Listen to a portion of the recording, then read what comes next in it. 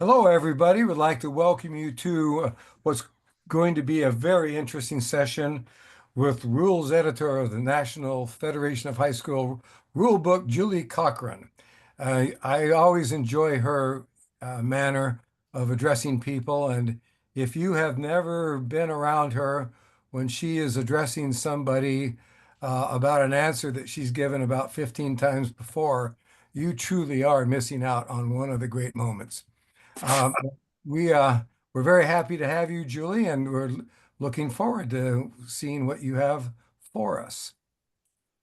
Great. Let me see if I can get my screen shared.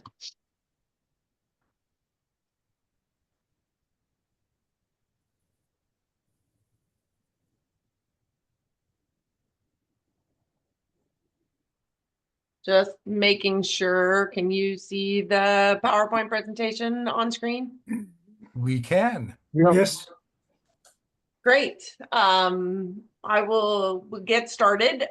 This is kind of a condensed version of our rules and term PowerPoint. It's very similar to part of the presentation I give at USA Track and Field. I'm going to go through some general information um, as we get started. But thank you, everybody, for having me. My name's Julie Cochran. I'm the director of track and field and cross country for the National Federation of State High School Associations. And this is my 8th year in the position, and look forward to sharing with you the changes that we have for the 2025 season. Real quickly, this is our track and field rules committee as it stands. It's led by Jared Chiswick, who is the chair of the committee in his second year as the chair. Moving forward. So it's been a great committee. This is the committee that put together the 2025 rules. It's not the new committee that will be meeting because Yvonne Grimes and Tom McTaggart both went off, and Roberta McWoods, all three went off the committee this January. Just want to go through real quick the proposal process for the rules writing process for the National Federation. We send out our questionnaire in the end of April, goes April 30th to May 14th. The rule proposal deadline is following the questionnaire, so not all rule proposals make the questionnaire because proposals will continue to dribble in until May 15th. The Rules Committee meets in the middle of June, and following any proposals passed by the Rules Committee in June, they then go to the Rules Review Committee, who meets 1 week following the Rules Committee to discuss all proposals passed by the Rules Committee. Following the Rules Committee's review of the proposals, they then go to the NFHS Board of Directors for approval, and they have 2 weeks to approve the proposals submitted by the Rules Committee. Typically, the whole process from the meeting to approval and press release is about 4 weeks. That can take longer depending on if any of their proposals are sent back at any stage in the game to the Rules Committee from either Rules Review or the Board of Directors. Following that time, then the Rules and TERP PowerPoint is put together and sent to the state associations in late October, because keep in mind, even though our book does have cross country and indoor track and field, the book is built off of a publication schedule of outdoor track and field. So the new rule book does take place starting in the winter season for indoor track and field. So it is a 2025 rule book. And the board and the rule book goes up online at the beginning of December and is shipped out to states typically around that time as well, if not a little bit earlier. The Rules and TERP meeting is typically held online. This past year, we had our meeting in person in January. We do this every 3 years or so in person. This year we had presentations on at the in-person meeting for false starts given by Tom McTaggart, and BJ Duckworth gave a presentation on conducting officials training at your state meet. Two great presentations that were given at the meeting for those in attendance. Again, the rule changes are effective for next year in the track and field. So when we meet in 2025 in June, those rules are effective for the 2026 calendar year. The National Federation does not give rule changes out to anybody but state associations for the most part. Occasionally, a rules interpreter can be given a national interpretation if I am given permission to do so by the state office. All interpretations that come from the national office generally are sent back to the state associations because we are a federation by design. Each state association is adopting NFHS sports rules as the sole and exclusive source for binding rules interpretations within their state. So contacting your state office is the first realm, the first step in making sure you get the correct interpretation within your state. This is done to better serve our member state associations and to ensure a consistent interpretation throughout your state. The NFHS, in turn, will then answer questions from state association staff when they need assistance. So again, we ask that if you have questions and interpretations, you go to your state office first. We do take questions from national vendors concerning uniforms. We also take questions from architects, contractors, designers for builds for track when it comes to high school tracks that are being built across the nation. Just a real quick state of the state for participation numbers. We have not seen cross-country participation numbers recover since the pandemic. You'll see that our cross-country numbers are still down. We're about down 11.5% from our pandemic numbers. Our pre-pandemic numbers were just shy of 500,000, and we're about 430,000, 432,000 right now combined cross-country numbers. We are seeing a little tick up in 22-23, but we dipped down again in 23-24. So we're interested in seeing where those numbers exist in the 24-25 participation numbers when they come out. We are currently collecting that data right now. Our outdoor track and field numbers, however, have recovered from the pandemic. We are at 1.13 million participants in outdoor track and field combined.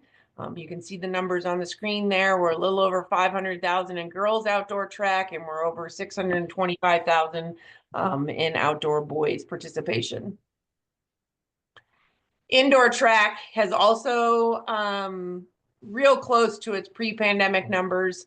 We're at 151,000, 152,000 approximately in indoor track and field participants.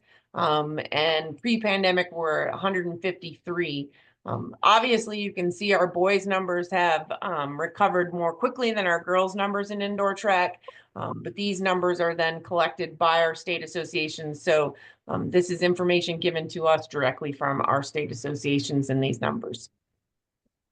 I'm gonna go down and watch that. Okay. Real quickly, we'll go into some of the rule changes that are in effect for the 2025 rule season.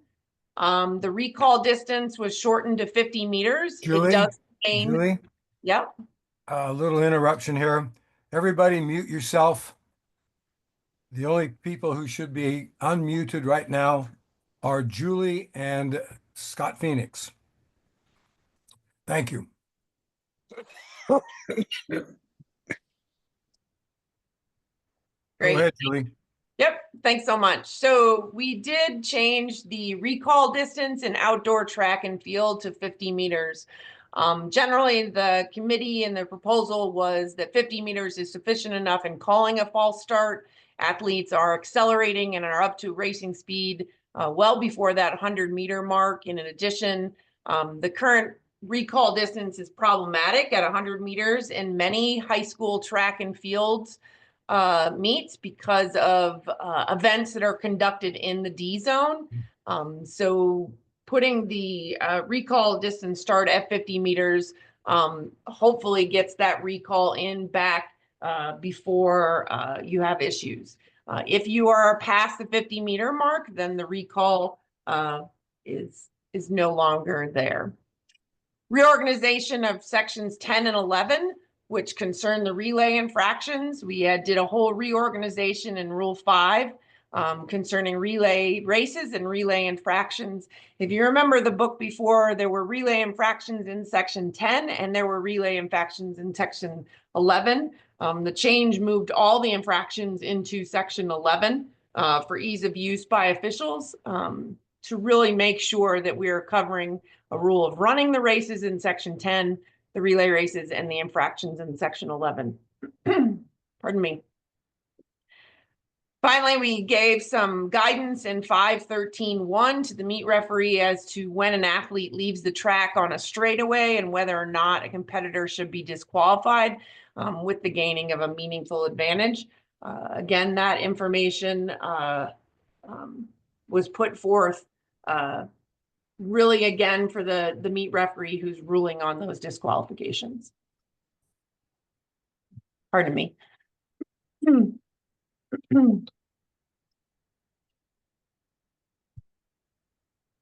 In 2024, we made changes to the timetable. And again, in 2025, we made some additional changes to the timetable for field events, really to clarify the time limits for all competitors throughout the entire competition in the field events. You'll notice that the chart now reads at the top corner, athletes remaining in the competition at the start of the round or bar height.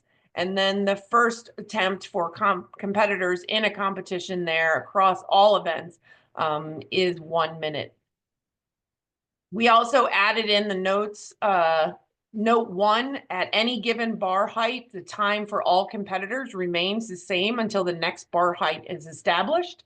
And in note 2, regardless of the number of competitors remaining, the first attempt of a competitor entering the competition at any height is 1 minute. Pardon me. So really making sure that the rule book clarifies exactly the interpretation that's coming from the national office when it comes to field event times. We made changes to when breaking the tie, the jump off shall commence at the next height in order of the progression after the tying height. The language aligns the rule book with current situations and interpretation, and really just kind of clarified the national interpretation that was being given from the case book as well, and clarified that clearly in the rule book. And then we changed the notification time limit. A lot of states were already doing this, and it was really, again, more of a clarification on warning competitors verbally or by signal with 15 seconds remaining. This really talking about use of flags or a signal clock or a verbal signal, however that is determined within your state office or within a given meet by the games committee. That is the signal that you shall use, but that there is still yet a verbal or signal warning at 15 seconds remaining for a competitor in the field event. When the number of entries dictate, the Games Committee may assign competitors to active flights of 5 alive for no less than 5 competitors, or may conduct the event in continuing flights straight through. Again, a lot of states were doing this to begin with, but this just clarified it within the rules that these are acceptable formats for running these events.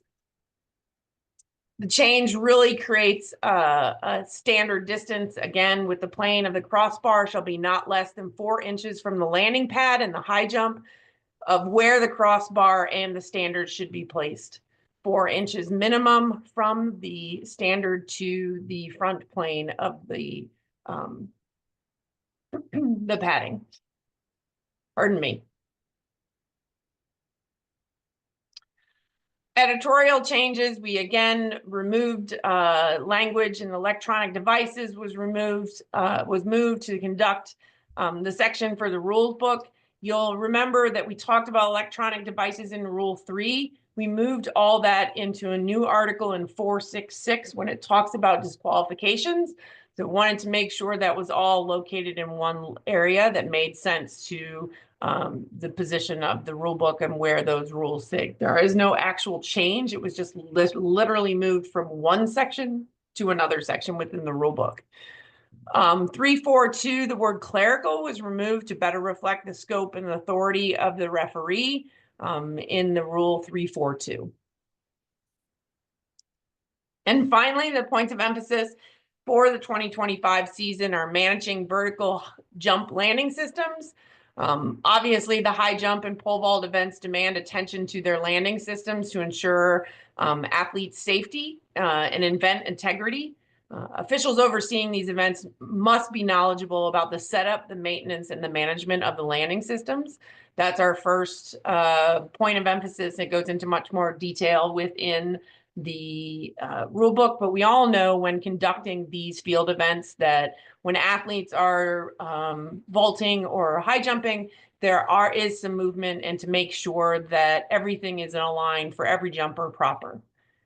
The second one is the excused athlete. Current NFHS rules do allow an athlete to be excused to compete in another event, and that time limit for competitors to be excused shall be determined by the games committee for each meet. So you need to know what that excused athlete time is and how you're going to handle waiting for that athlete, or whether you do wait for that athlete before the bar goes up. Again, those are decisions made by the games committee. Think of your state association as the games committee for your state series, and frequently they're the ones that determine how to handle an excused athlete for the state series and state championship. Our third point of emphasis is time limits. In field events, it says there in vertical jumps, but it's really for all field events. It was just really a clarification of the timetable for field events, and the time limits for vertical jumps is a point of emphasis for the 2025 season. And then the final one, in 2024, the NFHS revised the definition of a false start to eliminate many false start disqualifications that were being made because of incidental or extraneous motions that did not evolve in anyone leaving their mark. Really, the point of the false start is preventative officiating. Any forward motion is still noted before the start signal that is not attempted to be halted, that inevitably results in the competitor leaving their mark, is still and has always been a false start.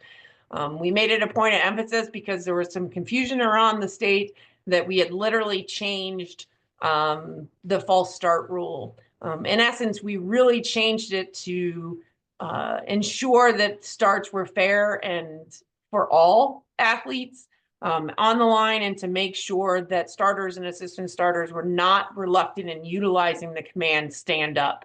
We want to make sure that the command stand up halts that starting process to ensure that fair starts, and there's no shame in having the athlete stand back up, and there should not be any reluctance to use that command when starting high school track and field events. And those are our rule changes, editorials, and points of emphasis for the 2025 season. Again, generally, the Rules Committee does a really nice job discussing all the proposals that are submitted, has some great discussion moving forward, and hasn't had anything sent back to them in years from Rules Review or the Board of Directors. I think that the rule book's in fairly good shape. Currently have no proposals in the system for 2025 rules meeting. I know it's early, it's January. We'll see that change here shortly, I'm sure, as we progress into the outdoor season. We had a great cross-country season this past year, and we hope to have a great outdoor season as well as we finish up our indoor seasons across the nation.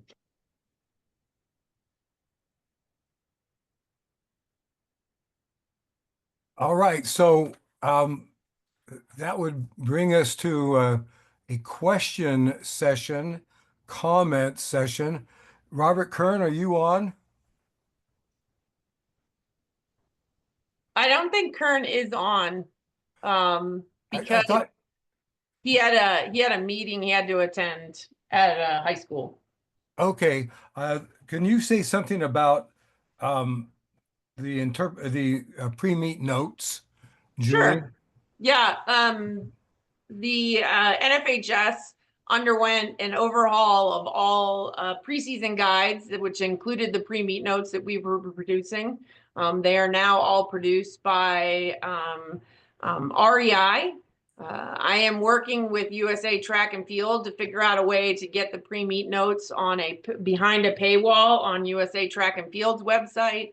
That is not moving at the pace that I'm happy for, but I'm definitely still in the process of trying to accomplish that task. Any idea when that might occur? No, sir, I have no idea. I can't even get somebody to return a call right now. I did get Ed Gorman to return a call, so I'm at least going to talk to Ed, and hopefully he will give me somebody that can help me figure out how to get it in the Sport 80 behind a paywall so that all licensed USA Track and Field officials can see it. Okay. Um, can you guys see the screen I've just shared? Really, really small. Really? Yeah. Oh, gosh. Huh. It looks pretty big on my outfit. Hmm. How about now? Mhm. Is that bigger? Better. There you go. Okay, Yeah. I'll take better. I'll take better. This is an index that I had made for rule book a couple years ago, and I've updated it for the 25 book. I've given this to all cert chairs. So if you on this call have not yet received this or been made aware of it, your cert chair has fallen asleep. And I want you to rattle that person's alarm. Um, Let me, so look thank for you, this. Scott. It works great. Well, I'm glad. Yeah, there is a good example right there. Mounted to the inside of the cover. It is a real useful, handy reference. And if you would like, you could contact me directly. I will put my email in the chat. Please don't request it in the chat, but instead send it to me via email, and I will get it out to you tonight. Okay, the floodgates are open for your questions and comments. Can we get a copy of Julie's slides? Sure, That's I'm happy to give them. I guess I don't know if I can give them to you, Scott, or well, if you trust me. it's not the full presentation. I will tell you that. There's a question in there about the uniform. We did make an editorial change to the uniform in the chat that I see. We removed the word track from the word uniform. It is now a school issued, school approved uniform. It does not have to be a track top or a track bottom. And the question in there was, may a thrower wear a school issued football shirt and or shorts? And that is for your state association. The rule now permits that, but your state association will dictate that. That's why we changed to school issued, school approved years ago, when we made that huge uniform change. We want to make sure that we're not disqualifying a football athlete who's wearing a Cougars football shirt as his shirt uniform in that setting. So that rule was also changed, but it was really editorial. It's really how it's been ruled for years now. So Question for you. Headgear. Can you The please, can everybody who's asking a question, I have a request. Can you please identify yourself and your association?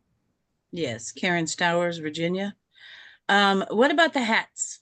A lot of them are wearing stocking caps or that's what's the ruling on that? decision. The rules do not prohibit you from wearing a stocking cap or a baseball cap currently. So that's As long as You'd have to ask the Virginia High School Association how they're handling that.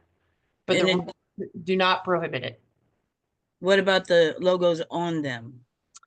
Again, the It doesn't make- NFHS rule book does not prohibit that. That would be a state association decision. Okay, thank you. Yep. Julie, this is Bill Bartel from the Pacific Association. Is this the same slide deck that's on the document library with USATF? It is. Okay. And actually, there's more in that PowerPoint that I didn't give you all on this one because we go in and we talk a lot about at the USA Track and Field annual meeting, we talk a lot about the state of officials right now across the nation in the high school realm, which honestly is quite positive for us in the sport of track and field. We've seen a huge growth in registration numbers, and we are up higher than we've ever been post-pandemic in track and field. So there are additional slides in that PowerPoint presentation that I didn't give here today. Bill, can you please say something again about where this may be found? That can be found in the document library on the USATF website. Hi, this is Jamiro. That would be under the 2024 annual meeting. Thanks, And Cheryl. forgive my voice. Jamero, then what would people be best typing into their browser? So two options. First option is to search either for the 2024 annual meeting when they are on the search site for USATF, or if not, they can go and just go back to past events and look, go to previous events, and then you'd have to scroll down a little bit, then you will find a link for the 2024 annual meeting. So USATF annual Someone just put a meeting link in the chat. 2024. Yes, thank you. Okay. Maybe beat me to it. Hey, Scott, Sydney Nogan. Sydney. Hi, how are you? Association.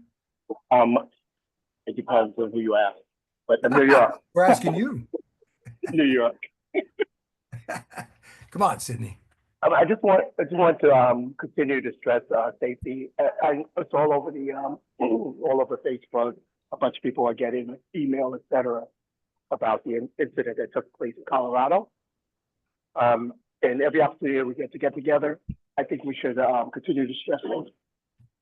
And this is an opportunity, and I would like to just ask all the officials as well as It's an excellent point, Sydney. We always stress risk minimization at the high school level, and 100% in the throws event, we should absolutely be making sure that we have given past points of emphasis on throws events. We do not currently throw the hammer at the high school level. It is not covered within the high school rulebook, except for in special events, we allow states to throw the hammer if they have the proper cages. I will tell you that there have been a number of events that have popped up across the nation where high schools are throwing the hammer out in regular season using discus cages. No, no, no. If you are officiating an event in a state that is allowing somebody to throw the hammer out of a discus cage, do not officiate it. Do not allow that event to go off. It should never be thrown outside of a hammer cage. I apologize for my matter-of-fact statement there. It just Sydney and everybody, I'm going to have a Zoom in a couple weeks specifically about safety. The host of that meeting will be Duke Fuller from Southern California Association. We will talk about preventative measures, talk about legal aspects of what can happen utilizing Shelby Sharp's treatise that's in the best practices library.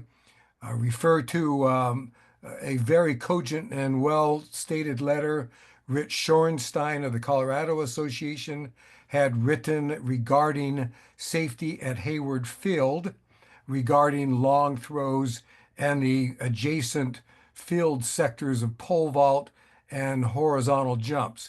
And we'll have multiple photos of situations where we will ask what is wrong with the situation and how one could reasonably go about expecting to correct it. And of course, included in that is the refusal to officiate an event.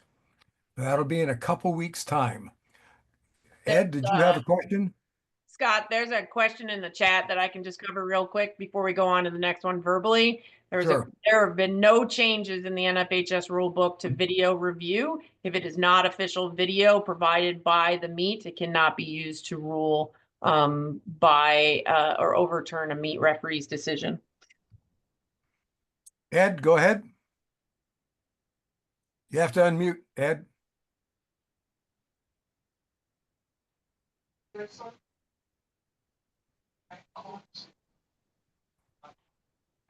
Ed, unmute. Take it away. How now? Got you. Okay, on the Ed Buring, Pacific Northwest. Question on the process.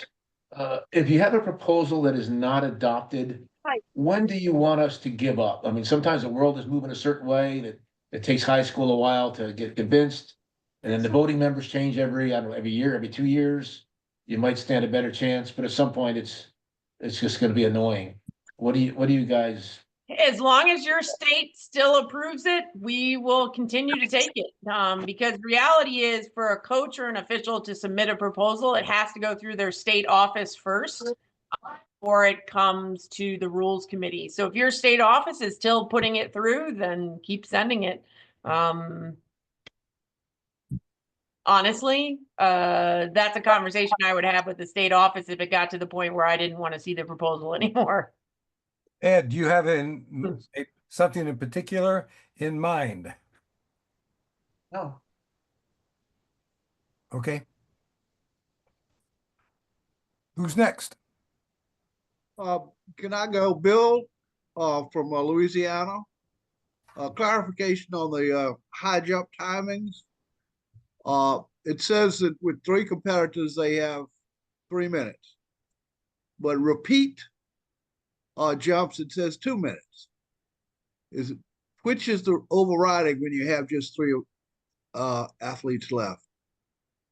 Well, again, that would be a situational conversation, right? So if you have 3 competitors left and you're going for 3 minutes each, right, for their first attempt, it's consecutive jumps get 2 minutes in between. So if 2 have passed it and 1 missed and then has consecutive jumps, then he would get 2 minutes or she would get 2 minutes for the next one, for consecutive jumps. Thank you.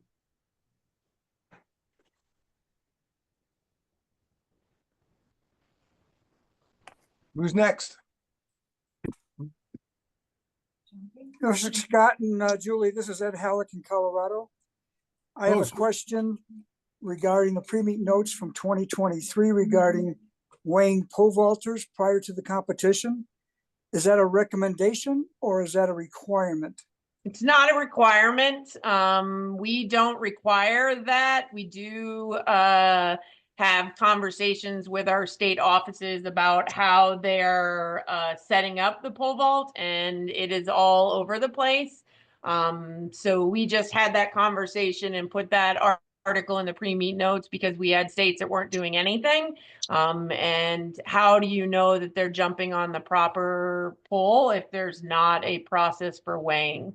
But we do have some states that do allow the athlete to weigh off-site and bring a form that says that this is their weight moving forward. If the state accepts that, then that would be acceptable. Otherwise, there has to be at some point in time some sort of weight check at a meet. Again, a lot of states in regular season will accept the form filled out by the coach that how are you? They're at the acceptable weight for that pole. Thank you. Yep. So Julie, isn't that sort of thing where there is a form brought in from offsite, isn't that the responsibility of the coach? Absolutely. Yep, absolutely the responsibility of the coach. You're going to find at some meets that they'll actually weigh at it, and it really kind of depends on whose state you're in to find out how that's going to operate. Yeah. Hence why the rules don't specifically deal with that. Scott, if I may add, because one thing that is going to be consistent with these discussions, it is extremely important to make sure that officials are in communication with their state associations about this, because there are various ways and differences that they can have in the conduct of their state. Generally, it winds up being their state championships, but also those terms and conditions dictate how events should be run throughout the year. So it is difficult to come back and have an answer for everything that fits every association. What we do in Illinois will be different than what they do in Indiana, which could be different than what they do in West Virginia. So again, I would stress everyone, when you do start to get into some of those specific questions, it is best to follow up with your state's administration. 100%. Said it at the beginning of the presentation. I appreciate the reiteration, Jamiro. Yeah, and if you have not contacted people in your state association, I would encourage you to do that. Introduce yourself and establish a contact. There's a lot to be said about that. Yeah, and again, I'd caution that, Scott, find the right people, because as an example for Illinois, since I'm the head clinician, and a lot of that flows back through me when there's questions to help communicate that back to our administrators. You wear a lot of hats, Jamero. True. I have a question. It's John Bristol from North Carolina. I see a couple of comments about in the chat group about chain link fence for discus cages, and I haven't seen that. But I guess what is the issue? That's a real big no-no. That exists in the high school space. And is that and that's really looked down upon? I take it. No, as long as it meets our requirements. Again, as long as the discus cage meets our requirements. Okay. Those are typically older cages. We have those here in Utah, and I haven't seen a problem with those being any less safe than regular cages. The big thing is to make sure there are no gaps between the chain link fence and the pole. We have seen there have been incidents where in the discus it is released from the athlete and found its way through one teeny tiny gap in the chain link fence in between the chain link fence and the pole. So just making sure that it is still secured. But again, that would be the same for any. Hey, Julie, I posted the question. The concern was the particular cage in question is tight. There's no concern about the discus going through it. The concern was the chain link is only about 6 feet away from the circle as opposed to 10 to 11 feet. And what's the safety issue with the discus hitting the pipe, holding the chain link fence, and ricocheting back and hitting the athlete? Again, I would have to get some specifics on that before I gave an interpretation on that. But not only hitting the pipe, but the chain link itself, it rebounds off it. It shoots back across the circle on occasion. Yeah, that was Suzanne and my concern, and frankly, we just refuse to officiate at that venue anymore. And Julie, I don't see anything in the rule book about chain link being okay. What the rule book shows a standard double net, energy absorbing plus safety net discus cage. That's what's in the back of the rule book. I don't see anything about chain link, and I think it's dangerous, and I'm not going to officiate there. So again, a reminder, you identify yourself in your association when you speak. Suzanne, Pacific Northwest. I think Julie is referring to facilities that are kind of grandfathered in as opposed to facilities that are going to be constructed. We come upon all kinds of setups. And some are, as have just been mentioned here, are quite alarming for the possibility of ricochet injury or or something along those lines. Yeah, the actual rule says heavy nylon netting or other material that will absorb the energy of the discus to prevent bounce back. That's what the actual rule says when it comes to the discus cage. If there are facilities you feel do not meet that standard, you should report that facility to the state association so that they can make a determination whether they'll permit that to be thrown in that venue again. Ed Veering, Pacific Northwest, the rule says recommended in 2 places. Recommended it be heavy nylon netting that will Yep. absorb the energy. Bottom of page 54 and then the first page of Appendix A. Yep. Recommended. Yeah. And if there's a facility that doesn't meet the venue specifications for the discus cage, or you feel there are some safety issues, you should report that to the State High School Association for them to make a ruling on. Has anybody here, since we are on this topic, I'd like to hear from you. If you have contacted your state association to bring up a matter of safety, and if so, what has been the result of your bringing that up? This is Joe Shoker. I can talk about that here in Virginia, if you'd like me to. Please take it away. I've had many instances here in Virginia as the meet referee and as the safety coordinator for our Virginia Association and on the chain link fences. They do not absorb the energy of the discus. They reflect it back at the athlete. And I have written letters to several school divisions. I start by writing it to the superintendent of schools, then the central office staff that's in charge of athletics, as well as the principal and athletic director of the school.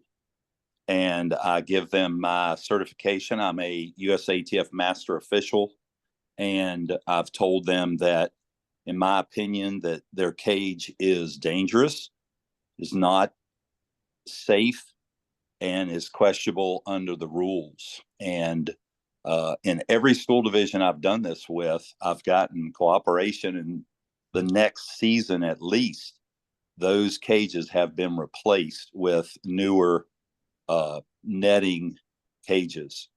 And I mean, it's old school. It's cheap. And old circles may have those fences around them, but and in most cases they're too close to the circle as well. If they're far away from the circle, they're too low to the ground. They do not have a height, acceptable height for the cage to keep discus from flying over the cage. So it's twofold. It's height of the cage, and it's the non-energy absorbing matter of chain link fence. Well, to you and anybody else who has been in your situation and has done what you have done, I very much commend your actions, because you not only took a look, ascertained what the situation was, but you took the step to proactively express your views, and you contacted the right people. You definitely need to get a hold of the AD at minimum. The superintendent is a very good person to draw the attention toward. And so, in matters such as this, when you write a letter and it's in writing and you go to all of the supervisory people, that tends to move their hands. That tends to make them act, because they're thinking, this is in writing. We've been warned, and it would not hold up in court when litigation would come forward if an athlete is injured. And CC your association. Yeah. Real quick, I just wanted to say, Ryan McGoldrick, Utah. We talk about like older facilities. We're having new facilities be built with chain link fences. So that may be something to put in the rule book, is that, regular cages are recommended, or heavily recommended. Yeah, again, I'll have to look into the chain link fence and maybe add that as a discussion item for the rules committee to discuss. Ultimately, I don't know if there'll be a rule change that comes out of that or not, but we'll definitely look into it. John Bristol, North Carolina again. I don't see anything, or maybe I missed it. Is there anything about the sector and safety that's in the rule book? I've seen obviously a lot of variety of sector safety, cordoning off of the area, and there's no real consistency there. I'm not sure what you're asking. For this, can people cross, people cross the sector when they shouldn't, or are people, people just getting too close, or you don't have it cordoned off very well, and it's not as obvious in some places as others, et cetera, and those kind of things. Is there any standards that are in the book that I Not missed? in the rule book. It's definitely been articles we have written in pre-meet notes and past pre-meet notes that you can find on the NFHS website. So we have definitely done those articles in the past. They have definitely been POEs in past rule books, but there's nothing in there specific to how you cordon off the sector, so forth. I know we've had a lot of conversation over the past 8 years that and even honestly more that I have been here about even officials and judges standing in the sectors. I know there have been incidents that have taken place as recently as last year in the Javelin where officials have been in the way and hit by javelins. Our recommendation from the Federation side is never to have anybody standing in the sector when the javelin is being thrown, ever. Or the hammer, or the discus, or the shot put. This is something that all people should be looking at in safety. You should never be walking away when practicing with your back to the discus or the shot put or the javelin. For that matter. So this is something that we've talked about for years. There's nothing specific in that language within the rule book, but it's definitely been something we've conversed with our state associations for years. If it's something you think we need to bring back up, again, I know the recent incident with the hammer is kind of fresh on everybody's mind here. We can definitely have the rules committee talk about safety and throws events and field events in general again. Are those older articles easy to find on USATF website? They're on our website. So we used to NFHS, okay. Yeah, they're all archived on our website. If you go to the track and field webpage, you can scroll down to the archived web. All right, thank you. A general they've definitely rule. been in there I know there's been one in there in the last 2-3 years. So One of the things people like to do when they set up a flagging by a sector is they seem to like to parallel the sector lines rather than graduate out the flagging. So the sector is about 35 degrees. Javelin is about 29 degrees. And the recommended safety margin is about 55 degrees, say 55, 60 degrees. So think of graduating out the flagging the farther out you go. Scott. It's Joe Karen. Shoker again. I have created a presentation that is still on the best practices on the USATF site. And I also worked with Mark Heckel in creating that same type presentation.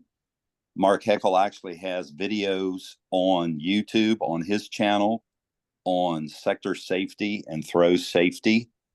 And we've done extensive work on defining danger zones, caution zones with graphics, and how to do things, how to position your markers, how to position your retrievers, what to tell them, how to brief them, safety notes such as no retrievers in the sector, or any judge out there should have a cell phone or a device that's going to distract them. As far as people being in the sector, especially on long throws,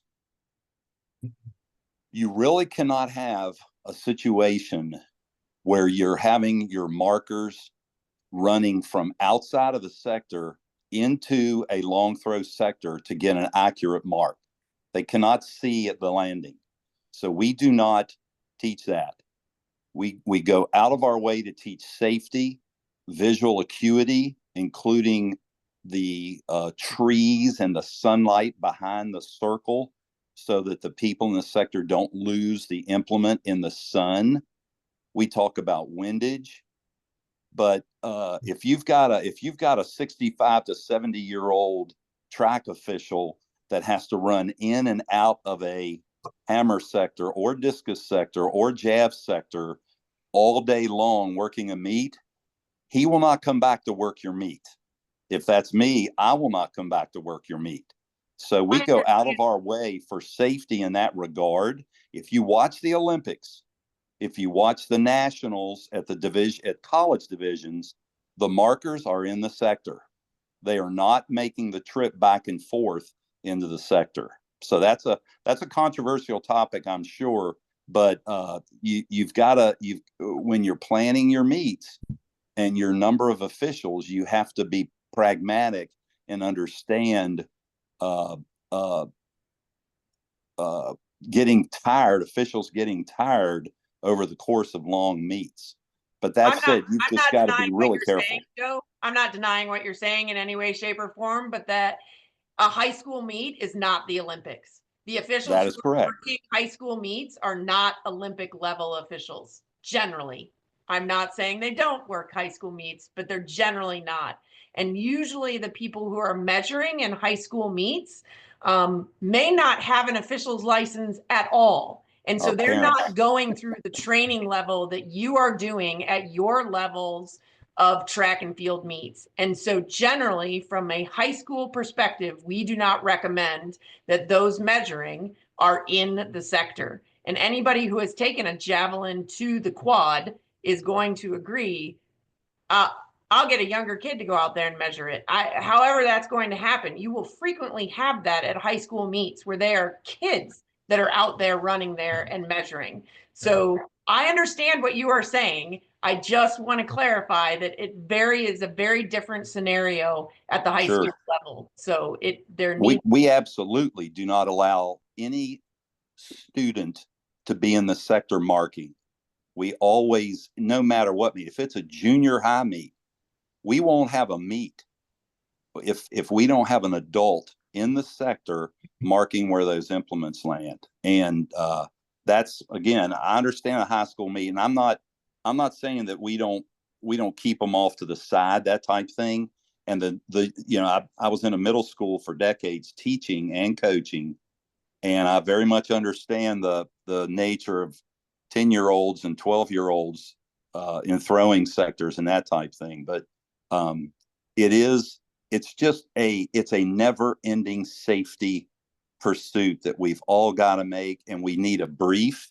It would be of event. Well, we have it in our documents, but we have a pre-event brief for our retrievers, our markers, and all of our judges to make sure they understand how dangerous things can be and what their expectations are. Scott? Yes, go ahead. This is PK in Houston, Southwestern. Julie, I'm a coordinator here in Texas for various universities, and 2 or 3 of them have a invitation to high school component to their meets. But what I mean by that, 3-day meet, the first day is high school. What I've been trying to do the last 2 years, and this is an open-ended question, Julie, is that because it's a high school component, I try to have my leads be National Federation officials who, at a minimum, are familiar with the rules. Is there anything else other than what I just stated that I should consider when there's a high school component in the college invitational? I got to ask this question, and I'm not sure how to word it because we constantly get caught up on the term high school. There are high school age meets. So the athletes are high school age. Or are they actual high school students participating for their high school? So it's a sanctioned NFHS meet. No, no, it's not sanctioned NSHF meets. It is an invitational in which an athlete or a high school team can be representative, and there are also some unattached high school individuals. Is that clear? So if it's not sanctioned by the NFHS, a high school team cannot participate in that meet. If I'm understanding you correctly. They're like the University of Texas has a huge meet that has professional athletes. It has a high school school division, and then it has unattached athletes running in other areas as well. That is a sanctioned NFHS meet. So the University of Texas goes through the NFHS sanctioning process, and that is a sanctioned NFHS meet. If you're just looking, if they're using high school rules for this meet, we do put together a rule comparison document on our website that we do in conjunction with NOC, the USA Track and Field NOC committee that is on our website that you can see. That might be something you can share with them, but I'm not sure that what you're asking, if they're actually running and using NFHS rules, or if they are just a high school age athlete, not a high school school. We get confused by the terminology when we say high school. We have time for a couple more questions. Karen, do you have a question? Yes, I do. I'm besides being an official, I'm also a high school and a middle school coach. And one of the things that, when I'm putting on meets is there is the issue of, we're lucky if we get 2 officials at our meet. Yeah. And so most of our events are run by either our coaches or parent volunteers. And I was just wondering if there is like some, I think Joe made a thing mention that maybe like he has something that he's written up, but I was wondering if there's an official thing on the website. It would be really great if there were like a 1-page summary for each event that kind of lists like, what are the safety, when someone gets up there, what are the basic safety rules that they should look for? What is the correct way to measure? I mean, I've seen people measure backwards, especially at the middle school where I have people have no knowledge of the sport.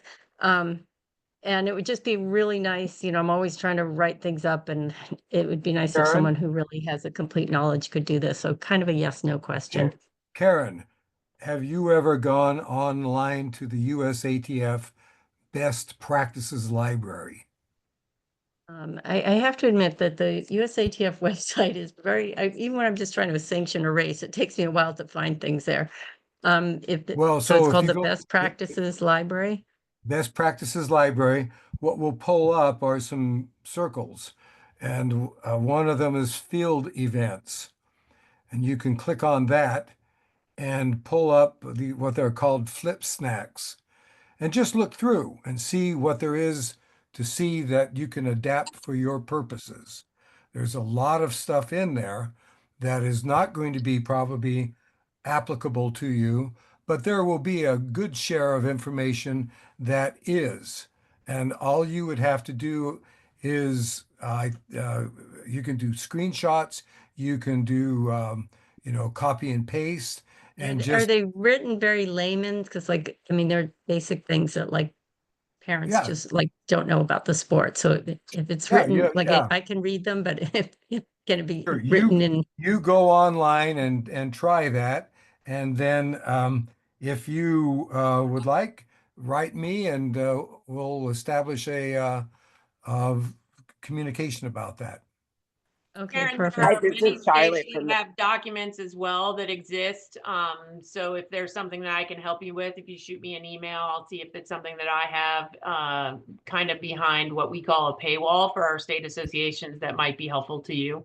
We have talked about putting something together and generally haven't gone down that road yet because some of our states don't want us to. But I'll revisit that one with the rules committee and with our state associations at our summer meeting when we talk about track and field and whether or not that would be something they'd be interested in us posting on our website. I will tell you that we are in conjunction with USATF NOC, producing some videos.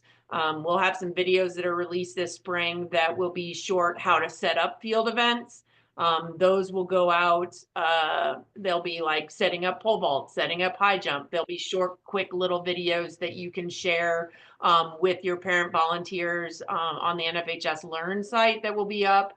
I will put a link to those from the track and field page on the NFHS website.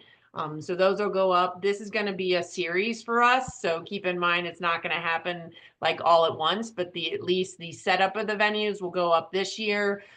We're planning on 2 additional running of the events, of field events. So how you actually run a field event. And then the 3rd video will be scoring the event, because I know scoring the event can also be difficult. Yeah, that's also some of the things they don't know how to, figure out who's the winner on the high jump and such stuff. But what would really be great in the end, I mean, I can send them to a web page, but if there were at some point a printable PDF that I could put on the top of their clipboard, that it's like, okay, they haven't done their homework, they haven't come prepared. Here's what the setup should be. Here's how you do this. If that ever comes out, that would be like the most awesome thing to make my life easier. But I have those things. I have those things. They're just not on our website. So again, if you shoot me an email, I've made some, but I haven't made them foolproof yet. So. Yes, I have some. You can look at them. Like to, Karen, if you have not yet seen the NFHS officials manual, then look at that. That was rewritten this year. The person, an instrumental person in that process, is online here. That's Bob Springer from the Pacific Northwest Association. Bob, can you say something here? And we're getting close to ending our session. Yeah. Can I say something real quick? This is Nelson Barrios from Mid-Atlantic. Just to that young lady that was talking, we did some down here that we just one sheet, put it on the clipboard, and we put it there. And because it's like you said, it's hard to find people that know what's going on. So we give them the clipboard, it's already written down for them. So we had that but we just made it up and we just, put it out there. Hey, Scott, I heard my name mentioned. I was reading the chats. I didn't hear what you said. Were you asking a question or just mentioned me? Revising the officials manual. I still didn't hear that. He's talking about the officials manual, Bob, the one that we just did.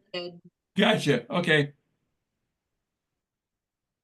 Yeah, so the officials manual was done by a subcommittee of officials across the nation. We took the old officials manual and really put it into a brand new manual with a lot more graphics, pictures, etc. in there. The feedback that we're getting from across the nation on the new officials manual has been very positive. I have already gotten a couple of things that we need to amend. It is a 2-year manual, so it won't be redone again until our 2026 meeting. So that publication will come out. But the manual is available on REI as well as the NFHS.com website where you can buy publications. I won't even mention the online version. You can get it there if your online version works, but we're still in the process of fixing our online platform. I think we're getting a new one. So the officials or the rule book, we have the case book, and then the officials manual. All 3 of them are very useful to pick up. All right, we are going to be ending our session here. Julie has taken our time, very busy individual, and very much appreciate having you on, Julie. We'll look forward to next year, seeing you next year, same time, same place. About safety, Zoom will be coming out. Look for that. And I'd like to thank you all for tuning in and hope you have enjoyed this session. Thanks, everybody, for having me, and I hope you have a great outdoor season. Thank you, Julie. And if you have any questions, start with your state association, and if they have questions, they'll contact me. Thanks so much. Thank you. Have a Thank good you. week.